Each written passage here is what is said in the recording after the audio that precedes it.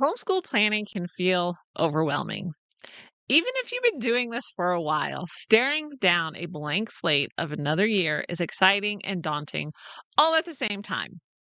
So, homeschool planning requires a lot of thought. You need to figure out the curriculum you're going to use because the last one you spent so much time crafting isn't going to cut it this year. Will you piece it together or use a homeschool all in one curriculum? There are other activities to plan or kids you're adding to your homeschool and also graduating from homeschool. Will you use an online planner or grab a notebook to keep it in or keep it in Excel? All these questions just kind of jumble through your mind. I know the overwhelm is starting to kick in, but take a deep breath. Whether you are new or you've been doing this for years, grab your coffee and let's dive into homeschool planning.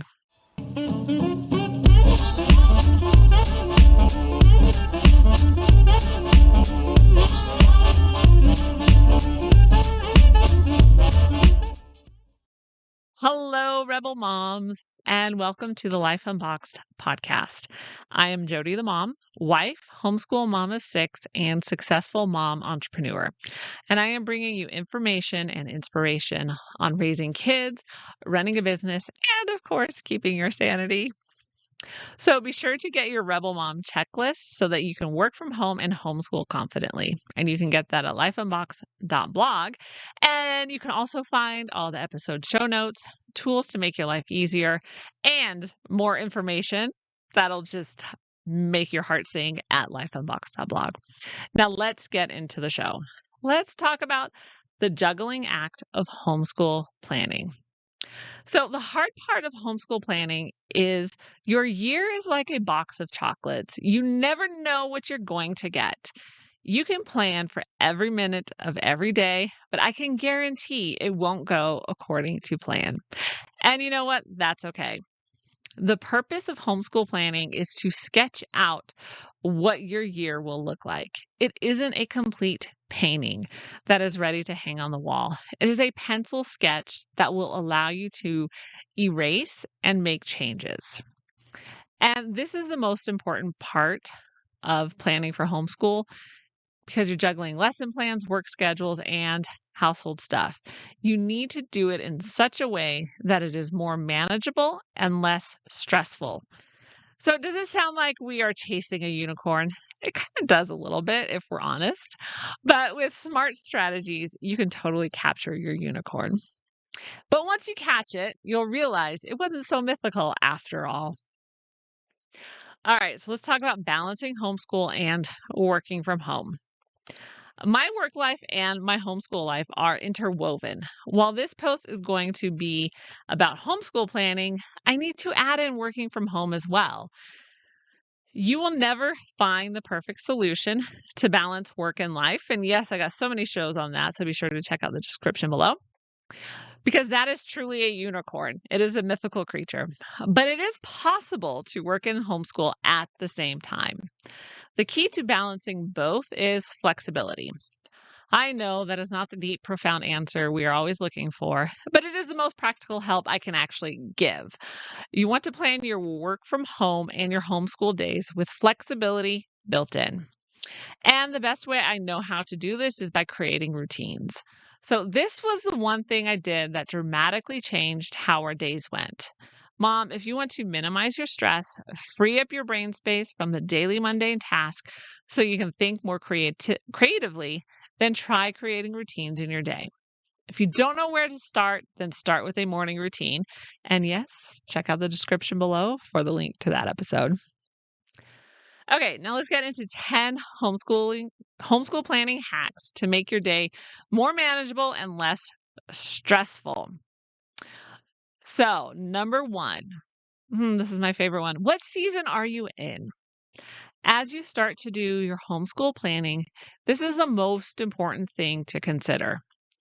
Are you homeschooling with a newborn? Or are older kids starting college dual enrollment? Are you starting a new curriculum? Is there something else happening that is going to affect your homeschool? Sometime in my Sometimes in my homeschool planning, I neglect to consider the season we are in, and it leads to over planning and feeling stressed out. So there will always be seasons of busyness and seasons of not so busy. So plan accordingly. Number two, create a yearly overview. Start all of your homeschool planning with the yearly overview. So I usually get the local school's calendar because it has the full year on one page, and then I don't need to spend time making my own. So in our state, we are required to keep attendance and have a certain number of days of school. So first, I will mark the days that I know we are going to take off. So we usually take off for Labor Day, Thanksgiving, Christmas, my birthday, because that should enjoy national holiday status, spring break, and Good Friday. So those are the planned days off. Next, I will mark our homeschool co op days. So these still count as homeschool activities, but it helps to see how many curriculum days we will have. So, third, I will mark our start date. And then finally, I will count off the days to our last day of school. So, this also allows me to see the total number of days we have planned and how many other days off we can take while still finishing on our planned last day. And this is how I plan our year. There are so many other ways to homeschool as well. You can do year round. Many families that homeschool all year will work for 6 weeks and then take a week off. They will also take more time off in December and July. This works for many families. However, my kids voted to have a long summer break, so that's what we do. But my yearly overview keeps me on track throughout the year. We want to take advantage of the freedom homeschool offers, and having an idea of where we should be with attendance really helps to maximize our freedom and flexibility. Number three, what are your goals? Think through what you want to accomplish in the year. This should change year to year because your kids are growing as students and you are growing and changing as a homeschool mom. So your goals are going to change with you. And when we talk about goals, it is in the simplest way. I know SMART goals are popular, but I actually despise them.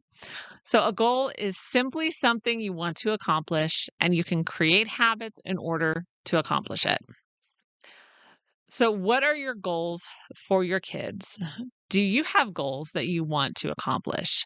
These need to be part of your planning. So, write them down in a notebook so you don't forget them. And, I have plenty of notebooks, so be sure to check out lifeunboxed.blog and grab one.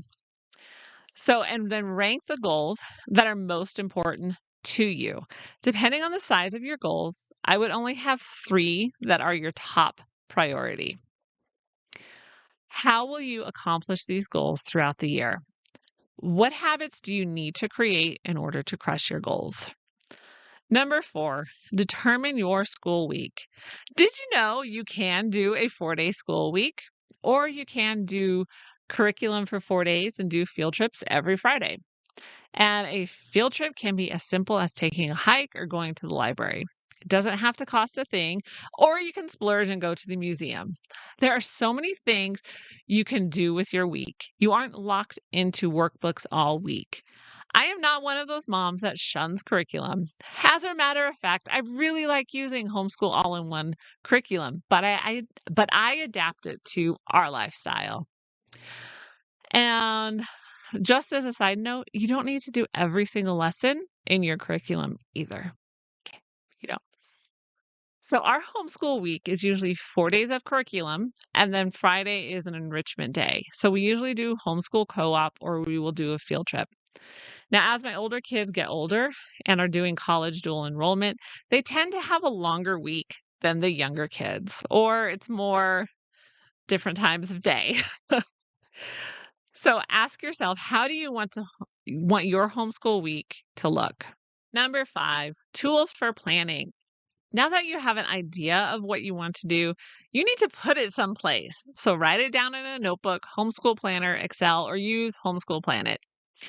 It is better to get all your ideas out of your head and written down someplace. I always recommend writing it all in one place, and whatever that place is, keep everything homeschool planning related there. So, writing everything down will get it out of your head so you don't need to keep thinking about it or spending energy remembering it. If you have everything in one place, you also know where to look every single time. It really takes the stress off your homeschool planning. So I typically keep things in Excel or in a notebook. I have also taken advantage of Homeschool Planet's 30-day free trial, and I was very impressed with the online planner. If I pieced together curriculum for all 6 kids, I would definitely use it. But since we use Homeschool all in one curriculum, they each have their own schedule that comes with the curriculum. So it isn't necessary for me to plan everything. But I did like the flexibility and organization that Homeschool Planet offers. So, link in the description below. Check it out. And number 6, use an all in one curriculum. So, this is my favorite homeschool planning hack because everything is planned for you. Yes, I do adapt curriculum to make it work for us.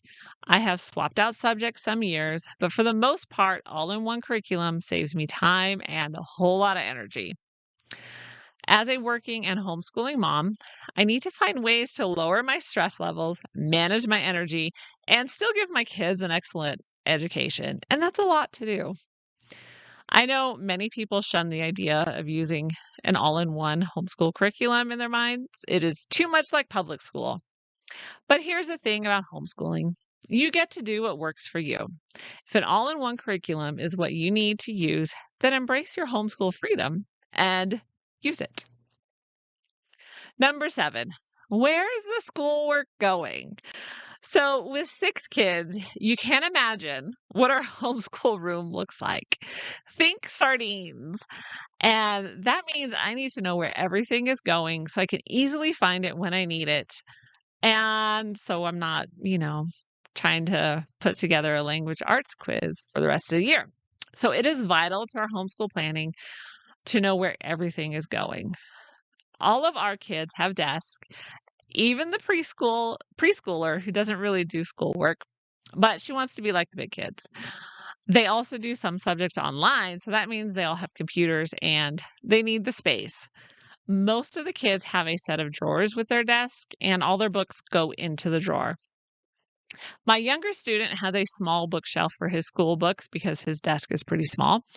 And we also have a bookshelf in our homeschool room for the extras.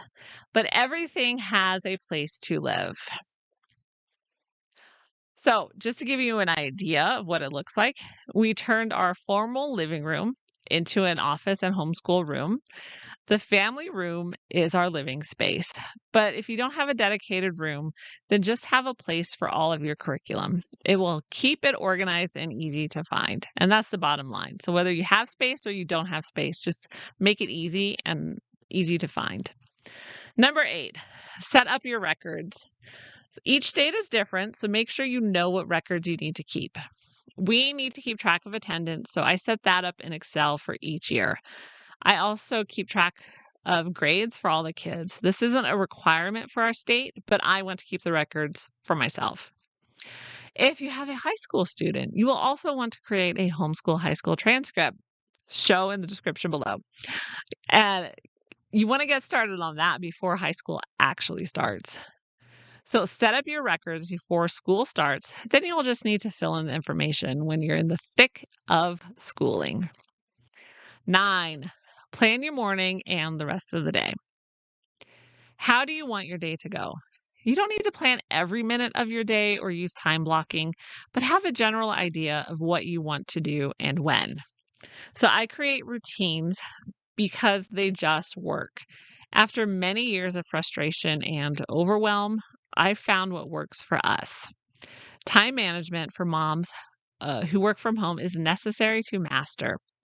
And if you aren't sure where to start, then start with routines. Create a morning routine. Start small and then add to it. Number 10, don't be afraid to change things. So I saved the most important homeschool planning hack for last. You can't change anything that isn't working. Yes, sometimes you need to give things time to work out, but if something just doesn't work for you, then change it. The most important thing to remember is you get to make your work from home mom job and homeschooling work for you and your family. Make it adapt to you. Homeschool planning is going to help you start your year on the right foot and minimize the stress of winging it. So, with these strategies, you can create a routine that works for you and allows you to embrace the freedom and flexibility of homeschooling and working from home. Thanks for listening. Be sure to check out lifeunboxed.blog and download your Rebel Moms checklist. And be sure to share this with your other work from home and homeschool mom friends. And happy homeschooling and working from home. And I will see you next time.